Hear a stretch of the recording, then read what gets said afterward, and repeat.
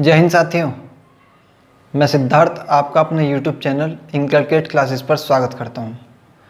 तो दोस्तों, जैसा कि आपने थंबनेल में भी देख लिया होगा और आप बोर्ड पर भी देख रहे हैं कि आज हम SSC CGL 2019 में जो हमारा पेपर हुआ था टीयर 1 का, उसका 4 मार्च का हम शिफ्ट 3 का पेपर सॉल्व करेंगे। उससे पहले कि हम बाकी सीरीज अपनी पहले पूरी कर चुके हैं, तो जिसने हमारी वो वाली प्लेलिस्ट अभी तक नहीं देखी है, आप ऊपर आई बटन क्लिक करके देखेंगे, आपको वहाँ पर प्लेलिस्ट दिख जाएगी।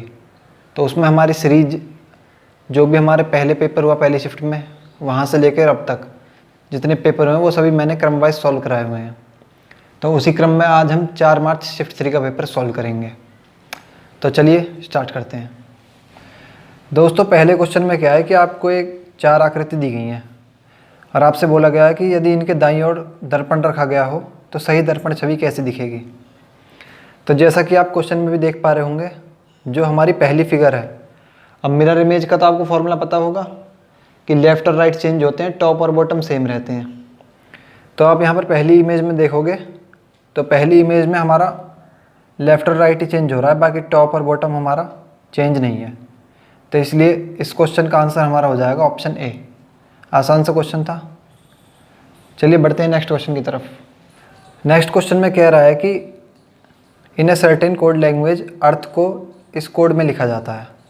तो चलिए EARTH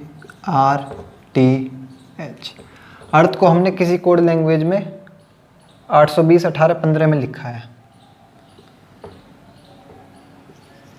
820/18-15। तो उसी भाषा में हम ऑर्बिट को कैसे लिखेंगे? ORBIT। अब आपको इनका सीक्वेंस याद होना चाहिए। भाई E की प्लेस वैल्यू क्या होती है? 5, A की 1, R की 18, T की 20 और H की 8। अब आप यहाँ पर इसमें देख रहे होगे कि जो हमारा E है, E होता है हमारा 5, तो वो हमारा आ गया लास्ट में। सेम उसी तरह से A हमारा 1 है तो A आ गया यहाँ पर, R 18 तो R आ गया यहाँ पर, T 20 आ गया यहाँ पर, H आ गया यहाँ पर। यानी कि हमें पता चलेगा कि ये हमारी जिगजैग वाली सीरीज चल रही है। तो उसी तरह से हम ऑर्बिट को कैसे लिखेंगे? भाई O हमारा क्या होता है? 15, तो 15 हमारा आ जाएगा यहाँ पर। R 18 तो R हमारा यहाँ पर आ जाएगा 18। B हमारा क्या होता है? 2, तो 2 हमारा यहाँ पर आ जाएगा। अब आप ऑप्शन में देखोगे कि ऑप्शन में लास्ट में 2, 18, 15 केवल हमारा एक ही ऑप्शन में आ रहा है, तो बाकी हमें फिर चेक करने की ज़रूरत नहीं है। हम यहीं से इस क्वेश्चन का आंसर निकाल सकते थे, बल्कि मैंने तो आपको ज़्यादा करके दिखा दिया। लास्ट में 15 केवल एक ही ऑप्शन में आ रहा है, आपका ऑप्शन बी। तो आप केवल उसी ऑप्शन को राइट करके आगे बढ़ जाओगे, आपको पूरा सॉल्व करने की ज़रूरत नहीं पड़ेगी। तो इस क्वेश्चन का हमारा आंसर हो जाएगा ऑप्शन बी। चलिए बढ़ते हैं नेक्स्ट क्वेश्चन की तरफ। नेक्स्ट क्वेश्चन में क्या है दोस्तों, आपको एक एनालॉजी दी गई है और आपसे पूछ रहा है कि उस विकल्प का चयन करें जिसका तीसरी संख्या से वही संबंध है जो दूसरी संख्या का पहली से है। यानी जो इस संख्या का इससे संबंध है और इस संख्या का इससे संबंध है। तो हमें यहाँ पर बताना है कि यहाँ पर क्या आएगा। अब आप देख रहे होगे कि भाई ये क्या है हमारा 7, 2, तो 7 दूनी हमारा कितना होता है? 14, तो हमने वो यहाँ पर लिख दिया है। सेम उसी तरह से आप यहाँ पर देखोगे तो 9, 6 हमारा कितना होता है? 54, तो इसको हमने यहाँ पर लिख दिया है। तो उसी तरह से 8 × 7 करेंगे तो हमारा क्या हो जाएगा? 56, तो हमारे यहाँ पर आ जाएगा 56। तो 56 हमारा कौन से ऑप्शन में है? ऑप्शन ए में। तो 56 हमारा इस क्वेश्चन का हो जाएगा राइट आंसर। दोस्तों, नेक्स्ट क्वेश्चन आपकी स्क्रीन पर आ रहा होगा। कह रहा है कि उस विकल्प का चयन करें जिसमें यह दर्शाया गया है कि यदि कागज़ को दी गई बिंदु रेखा पर मोड़ा जाए तो पारदर्शी शीट कैसी दिखाई देगी। यानी ये हमारी ट्रांसपेरेंट शीट है। अब आप यहाँ पर क्वेश्चन में देखोगे कि जब हम इस शीट को ऐसे मोड़ेंगे तो हमारी किस तरह दिखाई देगी। तो जैसा कि आप ऑप्शन में देख रहे होगे, जब शीट को हम मोड़ेंगे तो भाई हमारा ब्लैक वाला जो पोर्शन है वो हमारा ब्लैक वाले के ऊपर आ जाएगा और वाइट वाला पोर्शन हमारा वाइट वाले के ऊपर आ जाएगा। तो ऐसा तो मुझे केवल एक ही ऑप्शन में दिखाई दे रहा है, ऑप्शन सी। क्योंकि भाई जब आप शीट को मोड़ के देखोगे तो जैसी हमारी फिगर बनेगी वो हमारी ऑप्शन सी में दिखाई दे रही है, तो इसलिए इस क्वेश्चन का हमारा आंसर हो जाएगा ऑप्शन सी। नेक्स्ट क्वेश्चन दोस्तों आप लोगों की स्क्रीन पर, अब आपको एक वेन डायग्राम दिया गया है, उसमें क्या कह रहा है कि रेक्टेंगल है हमारा वो इंजीनियर को दर्शाता है, सर्कल हमारा मैनेजर को दर्शाता है और ट्राइंगल हमारा मैरिड लोगों को दर्शाता है। तो क्वेश्चन में हमसे पूछ रहा है कि कितने विवाहित लोग इंजीनियर नहीं हैं, यानी कितने ऐसे मैरिड हैं जो इंजीनियर नहीं हैं। अब आपको पता है मैरिड हमारा क्या दर्शा रहा है, ट्राइंगल। तो ट्राइंगल में हमारा क्या क्या है भाई, 13, 16, 15 और 17, ये 4 नंबर हैं हमारे। फिर कह रहा है कि जो इंजीनियर नहीं है, इंजीनियर रेक्टेंगल को दर्शा रहा है, तो जो भी हमारे ट्राइंगल के अंदर रेक्टेंगल में आ रहे हैं उनको हम हटा देंगे। अब रेक्टेंगल में हमारे कौन कौन से आ रहे हैं जो ट्राइंगल में भी हैं, 15 और 17। तो आपसे पूछा है कि कितने विवाहित लोग जो इंजीनियर नहीं हैं। अब भाई विवाहित इंजीनियर नहीं है वो तो हमने हटा दिए 15 और 17, तो बचे हुए हमारे क्या हुए, जो विवाहित हैं और इंजीनियर नहीं है वो हमारे बचे। तो वो हमारे कितने बच रहे हैं भाई, 13 और 16, तो 16 और 13 कितना हो जाएगा 29। तो 29 लोग हमारे ऐसे हैं जो मैरिड तो हैं लेकिन इंजीनियर नहीं है, और यही हमसे क्वेश्चन में पूछा है।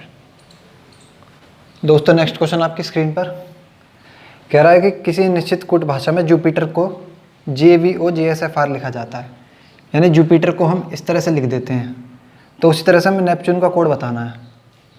अब आप यहाँ पर देख रहे होंगे कि जो हमारा पहला और लास्ट है, यानी जो हमारा J और R है, उसको तो हमने एज इट इज़ नीचे लिख दिया है, तो बीच में क्या बचा UPIT, उसको हमने VOJSF लिख दिया है। तो आइए देखेंगे कैसे लिखा है भाई। U की प्लेस वैल्यू 21, P की 16, I की 9, T की 20 और E की 5।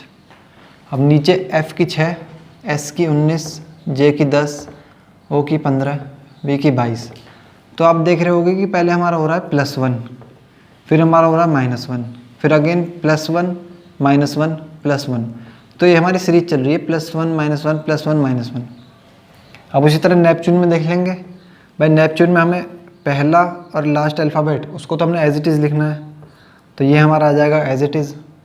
अब ऑप्शन में सभी में N और E लास्ट और पहले में है, तो बीच वाला चेक कर लेंगे हम। अब पहले क्या हो रहा है हमारा +1, तो E में +1 करेंगे तो क्या हो जाएगा F। फिर P में करना है -1, तो P कितना होता है 16, 16 में 1 घटाओगे क्या आ जाएगा 15। अब 15 पर होता है हमारा O।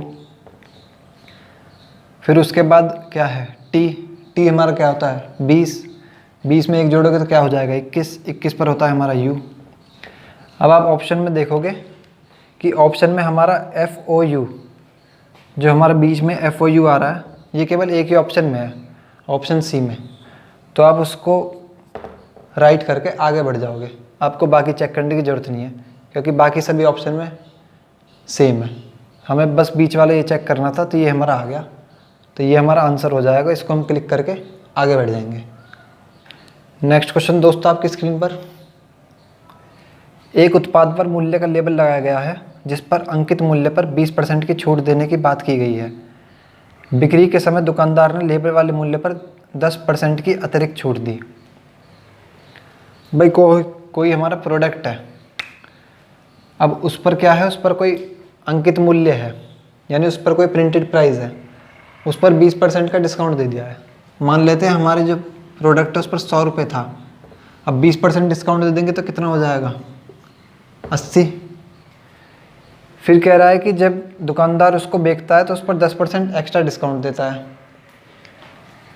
अब प्रोडक्ट का हमारा प्राइस कितना था 80, इस पर 10% और डिस्काउंट दे देगा तो कितना हो जाएगा भाई। 80 का 10% कितना होता है, 10% की फ्रैक्शन वैल्यू 1/10। अब 80 का 10% कितना हो जाएगा 8, तो 80 में से 8 घटा देंगे तो कितना बच जाएगा 72। यानी 80 पर हम 10% डिस्काउंट दे देंगे तो हमारी चीज़ हो जाएगी 72 रुपये की। तो फिर क्वेश्चन में पूछ रहा है कि यदि कस्टमर ने उस प्रोडक्ट को 468 रुपये में ख़रीदा, अब भाई हमारे अकॉर्डिंग उसने कितने में ख़रीदा 72 में, जबकि असल में वो कितने में ख़रीद रहा है 468 में। तो यहाँ से हमें पता चलेगा कि 72 यूनिट हमारा किसके बराबर है 468 के, तो 1 यूनिट की वैल्यू निकाल लेंगे। अब ये हमारा किससे कट जाएगा, 9 से कट जाएगा। 9 8 72, 9 5 45, 1 8, 9 2 18। फिर हमारा किससे कट जाएगा, 4 से चले जाएगा। 4 2 8, 4 1 4 और 1 2 4 3 12। तो यहाँ से हमें पता चल गया कि हमारी 1 यूनिट की वैल्यू कितनी है, 13/2। फिर हमसे क्वेश्चन में पूछ रहा है तो what is the printed price of the product, यानी जो उस पर प्रिंटेड प्राइस था वो कितना था। अब भाई हमें यहाँ पर पता चल गया 1 यूनिट की वैल्यू कितनी है, 13/2। तो 100 यूनिट की वैल्यू निकालने के लिए क्या करेंगे, 100 × 13/2, 2 से चले जाएगा 50 बार। तो 13 की 50 में करेंगे तो क्या होता है, 13 पंजे कितना होता है, 65। तो ये कितना हो जाएगा, 650। उस प्रोडक्ट का प्राइस ये हमारा निकल कर आ गया। दोस्तों नेक्स्ट क्वेश्चन आपकी स्क्रीन पर, यह हमारा ब्लड रिलेशन का क्वेश्चन है। चलिए देखते हैं क्या कह रहा है। हमें कुछ रिलेशन दिए गए हैं कि a + b का अर्थ है a b की पत्नी है। उसी तरह से हमें कुछ रिलेशन दिए गए हैं, तो हमें फिर ये कोड दिया गया है। इस कोड के हिसाब से हमें बताना है कि p का u से क्या संबंध है। तो p का u से हमें संबंध बताना है। तो चलिए देखते हैं। a + b का अर्थ है a b की पत्नी है, यानी यहाँ से हमें पता चल गया कि p r की पत्नी है। ये हो गया p, ये हो गया r। तो p r की पत्नी है। उसके बाद क्या कह रहा है, r × t। r × t का मतलब है t r का भाई है। तो ये हो गया हमारा t, ये r का भाई है, ये बन गया भाई। उसके बाद कह रहा है t - q। अब t - q का मतलब क्या है, क्यों, t की बेटी है। तो ये हो गई हमारी q, t की बेटी। फिर उसके बाद क्या है, q + s। तो इसका मतलब है q s की पत्नी है। तो ये हो गया हमारा s, और q s की पत्नी है। फिर कह रहा है s / u। तो इसका मतलब है s u का पिता है। तो ये हो गया u, s u का पिता।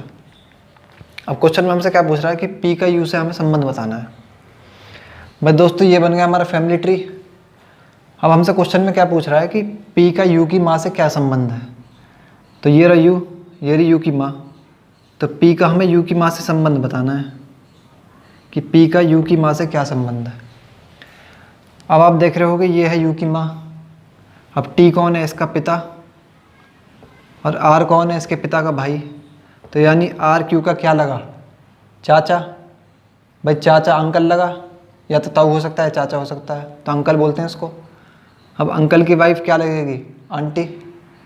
तो इसका मतलब p का q से क्या संबंध हो जाएगा, आंटी। अब आंटी हमारा कौन से ऑप्शन में है, ऑप्शन डी। तो इसका आंसर हो जाएगा ऑप्शन डी, आंटी। आसान सा क्वेश्चन। नेक्स्ट क्वेश्चन दोस्तों आप लोगों की स्क्रीन पर। अब भाई ये तो आपका जनरल नॉलेज के ऊपर बेस्ड क्वेश्चन है। आपको पता होना चाहिए कि हमारे देश में जितने भी राज्य हैं तो उनकी जनसंख्या का आपको पता होना चाहिए। तो यहाँ पर हमें कुछ ऑप्शन दिए गए हैं। अब आपको पता है कि यूपी की सबसे ज़्यादा जनसंख्या होती है, और 4 ऑप्शन में 4 पहले पर है और चौथे पर यूपी है। तो इसका मतलब हमें पता चल गया कि सबसे ज़्यादा जनसंख्या है हमारी यूपी की। यूपी से फिर कम किसकी है हमारी, मध्य प्रदेश। अब मध्य प्रदेश कौन से नंबर पर है, 2 पर। तो फिर इससे अगला आ जाएगा 2। अब 2 आ जाएगा तो हमारा ऑप्शन ए और ऑप्शन सी हमारे एलिमिनेट हो जाएंगे। तो हमें ऑप्शन ए, ऑप्शन बी और ऑप्शन डी में से हमें बताना है। अब आप देखोगे फिर अगला तो हमारा दोनों में सेम है, 1 1। तो हमें पता चल गया कि मध्य प्रदेश से हमारी जनसंख्या कम किस राज्य की है, आंध्र प्रदेश, जो 1 नंबर पर।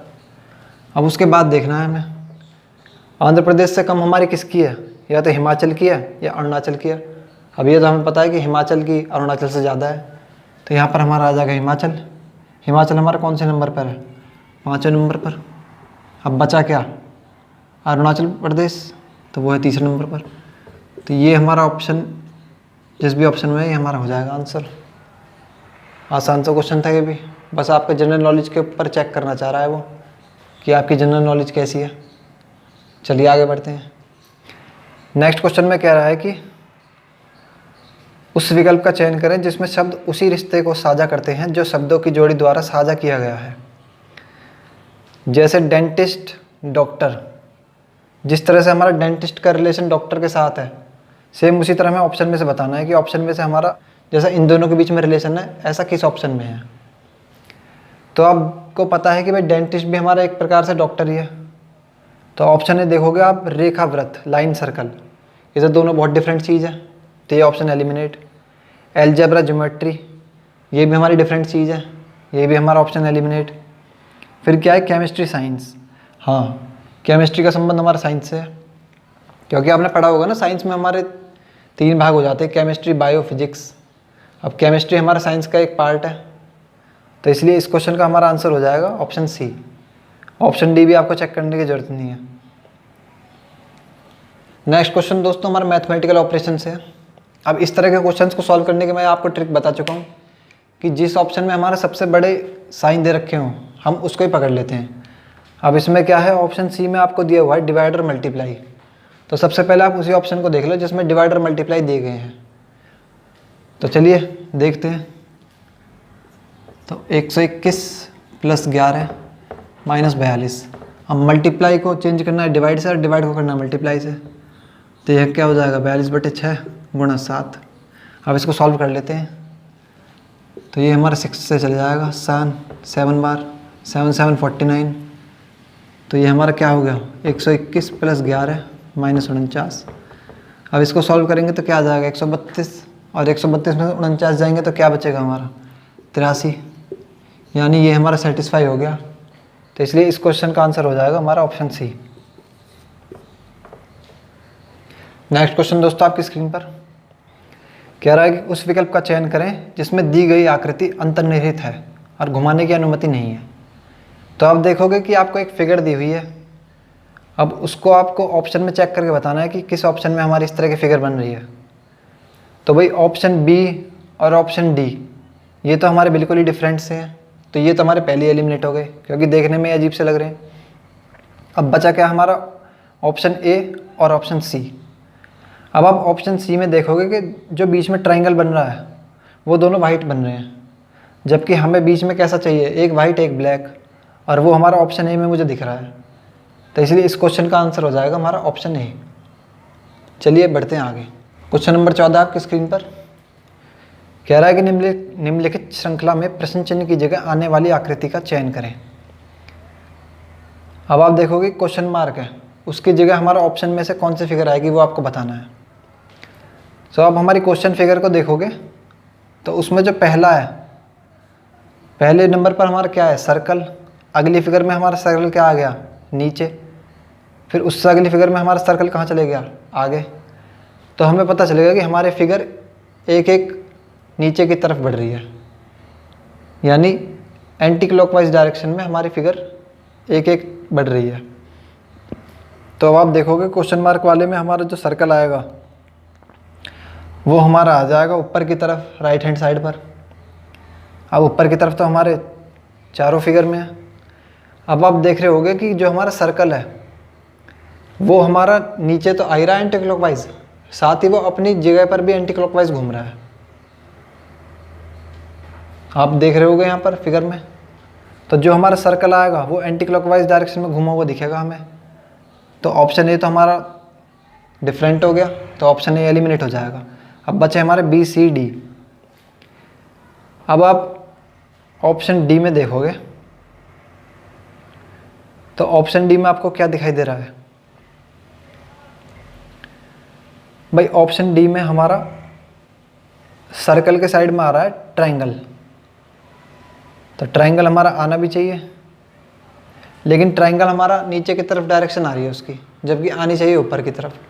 तो ऑप्शन डी भी हमारा एलिमिनेट हो जाएगा। अब बचा हमारा ऑप्शन बी और सी।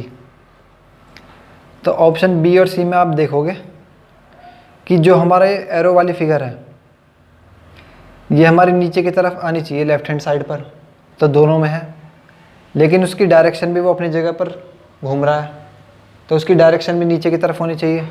अब वो दिख रही है मुझे केवल ऑप्शन सी में, तो इसलिए ऑप्शन सी हमारा इस क्वेश्चन का हो जाएगा राइट आंसर। नेक्स्ट क्वेश्चन में दोस्तों आपको 4 पेयर दिए गए हैं। अब आपको बताना है कि इनमें से डिफरेंट कौन सा है। तो अब आप देख रहे होंगे कि 10 और 123। अब 10 से अगला क्या होता है 11, 11 का स्क्वायर क्या होता है 121। तो यहाँ पर हमारा क्या किया गया है इसकी जगह भाई 11 का स्क्वायर प्लस 2 ये हमारा कर दिया है। सेम उसी तरह से 14 और 227 में देखोगे आप तो 14 से अगला क्या होता है 15, 15 का स्क्वायर 225। तो 15 का स्क्वायर प्लस 2 तो ये आ गया 227। अब नीचे देखोगे आप 11 से अगला क्या होता है 12, तो 12 का स्क्वायर 144 प्लस 2 तो ये हमारा आ गया 146। अब आप इसमें देख रहे होगे ऑप्शन बी में 17 और 290। 17 से अगला क्या होता है 18, 18 का स्क्वायर क्या हो जाता है 324। अब इससे तो ये काफ़ी ज़्यादा आ गया तो ये हमारा ऑप्शन हो गया बिल्कुल डिफरेंट। तो इसलिए यही हो जाएगा हमारा आंसर। नेक्स्ट क्वेश्चन दोस्तों आपकी स्क्रीन पर कह रहा है कि उस विकल्प का चयन करें जिसमें संख्याओं का आपस में वही संबंध है जो नीचे दिए गए समुच्चय संख्याओं के बीच में है। यानी ये हमें दिया गया है तो जैसा रिलेशन हमारे इन 3 संख्याओं के बीच में है सेम उसी तरह का रिलेशन हमें ऑप्शन में से बताना है कि किस ऑप्शन में है। तो चलिए देखते हैं। अब भाई आप देख रहे होगे यहाँ पर 17 और 24 इनके बीच में हमारा डिफरेंस कितना है 7 का, और 24 और 45 इनके बीच में हमारा डिफरेंस कितने का है 21 का। तो यानी हमें पता चल गया कि इन दोनों के बीच का डिफरेंस है 7 और इन दोनों के बीच का डिफरेंस है 21।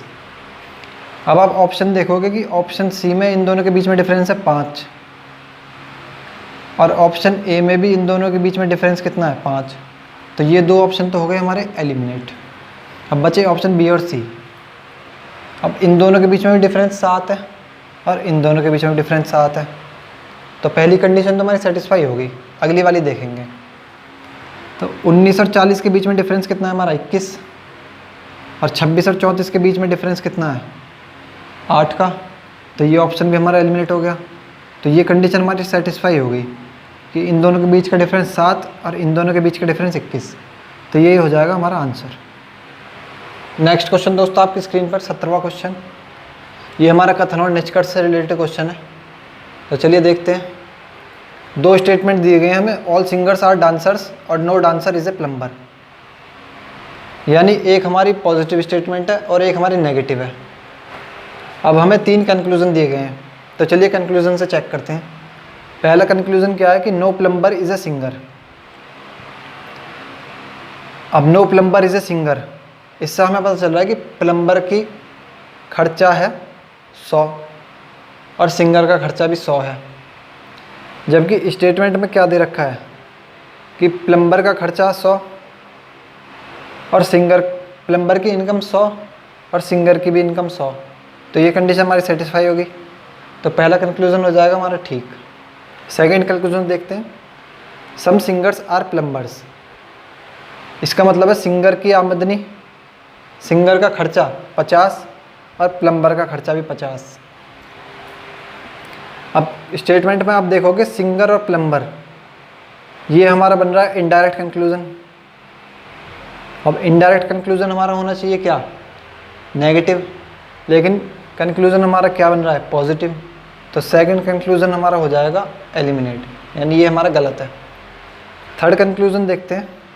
सम डांसर्स आर सिंगर्स, डांसर का खर्चा 50 और सिंगर का खर्चा भी 50, जबकि इनकी आमदनी कितनी है डांसर की आमदनी 100 है और सिंगर की आमदनी, डांसर की आमदनी 50 है और सिंगर की आमदनी है 100। अब खर्चा दोनों का 50-50 है। तो ये तो हमारा पॉसिबल है। तो इसलिए हमारा कंक्लूज़न थर्ड भी सेटिस्फाई हो जाएगा। तो हमारे इस क्वेश्चन का कंक्लूज़न फर्स्ट और थर्ड फॉलो, ये हमारा इस क्वेश्चन का हो जाएगा आंसर। 18वां क्वेश्चन दोस्तों आपकी स्क्रीन पर। अब आपको एक सीरीज़ दी गई है 1537, 1539, 1543, 1557, 1567। तो ये तो बहुत आसान सीरीज़ दी गई है। अब आप 1537 और 1539 के बीच का डिफरेंस कितना है 2, फिर 1539 और 43 के बीच का डिफरेंस कितना है 4। तो अगला डिफरेंस हमारा कितना हो जाना चाहिए 6। तो 43 और 6 कितने होते हैं? 49। अब 15 से 49 हमें ऑप्शन में भी है, चलो उससे आगे चेक कर ले। देख 49 से 57 के बीच में डिफरेंस कितना होना चाहिए? 8 का, ठीक है। और 57 और 67 के बीच में डिफरेंस 10। तो यानी हमें पता चल गया कि हमारा डिफरेंस की सीरीज चल रही है, पहले 2 का डिफरेंस, फिर 4 का, फिर 6 का, फिर 8 का, फिर 10 का। तो उसी हिसाब से हम क्वेश्चन मार्क की जगह हमारा आ जाएगा 15 से 49, जो है हमारा ऑप्शन डी। आसान सा क्वेश्चन था। चलिए आगे चलते हैं। अगेन क्वेश्चन नंबर 19 आपके जीके चेक कर रहा है। आपको 4 ऑप्शन दिए गए हैं, हैदराबाद, औरंगाबाद, चेन्नई और गैंगटॉक। अब आपको इन चारों में से जो हमारा अलग है वो आपको बताना है। अब हमें पता है कि हैदराबाद हमारी कैपिटल है, चेन्नई भी हमारी कैपिटल है और गैंगटॉक भी हमारी कैपिटल है। भाई सिक्किम हमारा राज्य है, उसकी राजधानी क्या है? गैंगटॉक। और हैदराबाद, चेन्नई का आपको पता ही है। जबकि ये जो औरंगाबाद दिया गया है हमारा, ये हमारा कोई राजधानी नहीं है, तो ये हमारा ऑप्शन डिफरेंट हो जाएगा। तो इसलिए यही हमारा हो जाएगा answer, option B Aurangabad. Next question दोस्तों आपकी स्क्रीन पर। अभी आपको कुछ लेटर क्लस्टर दिए गए हैं, तो आपको इस फिल इन द ब्लैंक की जगह बताना है कि यहाँ पर क्या आएगा। तो चलिए देखते हैं। पहले इनकी प्लेस वैल्यू लिख लेते हैं हम। डी की क्या होती है? 4, एफ की 6, जे की 10, एल की 12। तो यहाँ से कुछ पता चल गया हमें कि भाई 2 का डिफरेंस आ रहा है। 4 और 2 6, 6 और 2 8, 8 और 2 10। तो यहाँ हमारा 8 आना चाहिए पहला लेटर। अब 8 पर हमारा क्या होता है? एच। तो यहाँ पर आ जाएगा एच। अब आप ऑप्शन में देखोगे कि ऑप्शन में हमारा 2 ऑप्शन में पहला लेटर एच है, सी और डी। तो इससे अलग जो हमारे 2 ऑप्शन है ए और बी, वो हमारे एलिमिनेट हो गए पहले ही। हमें पता चलेगा कि हमारा आंसर या तो ऑप्शन सी है या ऑप्शन डी है। तो अगला चेक करते हैं कि अगला लेटर क्या आएगा। ए की प्लेस वैल्यू 1, सी की 3, जी की 7, आई की 9। अब ये क्या पता चल गया? 1 3, फिर यहाँ पर 7 9। तो हमें पता चल गया यहाँ पर भी हमारा 2 का डिफरेंस चल रहा है।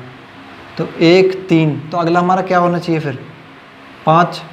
अब 5 पर क्या आता है हमारा? ई। तो यहाँ पर आ जाएगा ई। तो एच ई, ये हमारा ऑप्शन डी में है। तो आगे आपको चेक करने की ज़रूरत ही नहीं है, सीधा ऑप्शन डी को राइट करो और आगे बढ़ जाओ। क्वेश्चन नंबर 21 दोस्तों आपकी स्क्रीन पर कह रहा है कि गेहूं का ब्रेड से वही जो संबंध है वही संबंध गन्ने का किससे है। अब भाई हमें पता है कि ब्रेड हमारी किससे बनती है? गेहूं से। तो गन्ने से हमारा क्या बनता है? भाई गन्ने से हमारा मेयोनीज़, ये तो हमारा नहीं बनता। ना ही हमारे गन्ने से घास बनती और ना ही हमारी चटनी बनती। हाँ लेकिन गुड़ जो है हमारा वो गन्ने से बनता है। तो इस क्वेश्चन का आंसर हमारा हो जाएगा ऑप्शन ए गुड़। आसान सा क्वेश्चन था। चलिए आगे बढ़ते हैं। नेक्स्ट क्वेश्चन दोस्तों आप लोगों की स्क्रीन पर। अभी आपको 4 ग्रुप दिए गए हैं लेटर्स के, आपको बताना है कि कौन सा इनमें अलग है। तो चलिए पहले इनकी प्लेस वैल्यू लिख लेते हैं। एफ़ का क्या होता है? 6, जी 7, एल 12। 1 2 6, 9 10 14, 13 14 18। अब हमें पता चलेगा कि भाई जो हमारे पहले 2 लेटर हैं उन सब के बीच में 1 का डिफरेंस है। तो हमारा सबके बीच में 1 का डिफरेंस आ रहा है। तो ये कंडीशन तो हो गई हमारे सेटिस्फाई। फिर अगला देखोगे आप, तो अगला पहले ऑप्शन में हमारा 7 और 12 के बीच में डिफरेंस कितना है? 5 का। जबकि बी और एफ़ के बीच में डिफरेंस कितना है? 4 का। जी और एन के बीच में भी 4 का। और एन और आर के बीच में भी 4 का। लेकिन यहाँ पर आ रहा है हमारा 5 का डिफरेंस और सब में 4 4 4 का। तो ये हमारा ऑप्शन हो जाएगा डिफरेंट। तो ये हमारा हो जाएगा आंसर। आसान क्वेश्चन था ये भी। नेक्स्ट क्वेश्चन दोस्तों आप लोगों की स्क्रीन पर। आपको बताना है कि क्वेश्चन मार्क की जगह हमारा कौन सा अल्फ़ाबेट आएगा। तो चलिए पहले इनकी प्लेस वैल्यू लिख लेते हैं। ए क्या होता है? 1, ई 5, जे 10। यहाँ पर हमें बताना है क्या आएगा। और डब्ल्यू हमारा होता है 23। अब आप देखोगे कि 1 और 5 के बीच में डिफरेंस कितना है? 4 का। 5 और 10 के बीच में डिफरेंस 5 का। 10 और अगली संख्या के बीच में फिर डिफरेंस कितना होना चाहिए हमारा? 6 का। भाई सीरीज चल रही है ना, एक पहले 4 का डिफरेंस, फिर 5 का, फिर 6 का।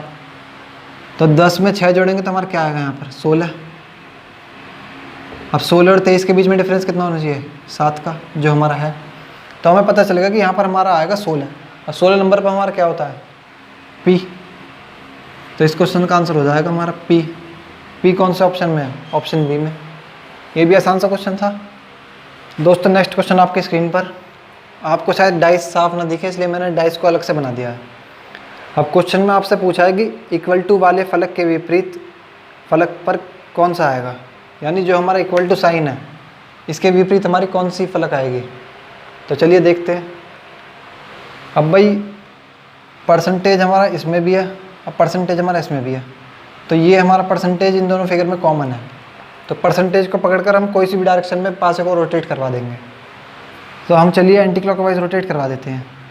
तो परसेंट से अगला क्या आना चाहिए? स्टार। और परसेंट से अगला क्या आना चाहिए यहाँ पर? प्लस। इसको एंटी क्लॉकवाइज डायरेक्शन में ऐसे रोटेट करवा देंगे। अब फिर स्टार से अगला हमारा इस पर यहाँ पर क्या है? डॉलर। और यहाँ पर प्लस से अगला क्या है? Equal to. तो यानी हमें पता चल गया कि इक्वल टू और डॉलर ये दोनों हमारे आमने सामने आएंगे। तो इसलिए इस क्वेश्चन का हमारा आंसर हो जाएगा डॉलर। प्यारे दोस्तों, नेक्स्ट क्वेश्चन आपकी स्क्रीन पर। ये दोस्तों मैंने उस फिगर को बना दिया है कि आपको फिगर अगर वहाँ पर साफ नहीं दिखे तो आप यहाँ पर देख लो कि क्या दे रखा है। अब ये आपको एक तरह से ये हमारा मिसिंग नंबर का एक क्वेश्चन है। अब आपको यहाँ क्वेश्चन मार्क की जगह बताना है कि यहाँ पर क्या आएगा। तो चलिए देखते हैं। अब आप यहाँ पर देख रहे होगे कि यहाँ पर हमारा क्या है? 4 और 10। 4 और 10 के बीच में हमारा डिफरेंस कितना है? 6 का। सेम इसी तरह 10 और 20 के बीच में कितना डिफरेंस है? 10। 20 और 34 के बीच में 14। 34 और 52 के बीच में कितना डिफरेंस है हमारा? 34 और 6 40, 10 50, 18 का। तो सिमिलरली 52 और क्वेश्चन मार्क के बीच में डिफरेंस कितना आना चाहिए? भाई हमें यहाँ से पता चल गया कि 6, 10, 14, 18, यानी हमारी सीरीज चल रही है, 4 नंबर ऐड हो रहे हैं। बस 6 + 4 10, 10 + 4 14, 14 + 4 18, 18 + 4, तो यहाँ पर हमारा क्या आना चाहिए? 22। यानी 52 और यहाँ पर हमारी जो संख्या आएगी उसके बीच में डिफरेंस कितना होना चाहिए? 22 का।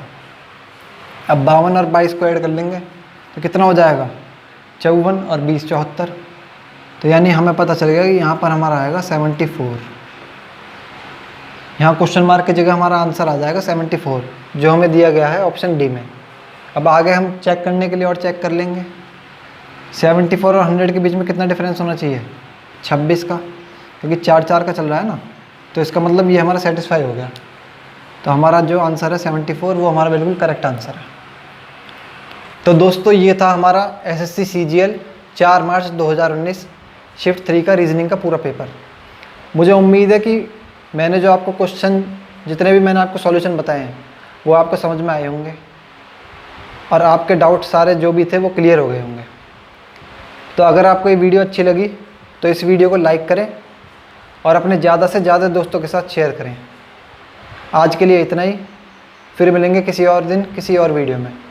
तब तक के लिए धन्यवाद।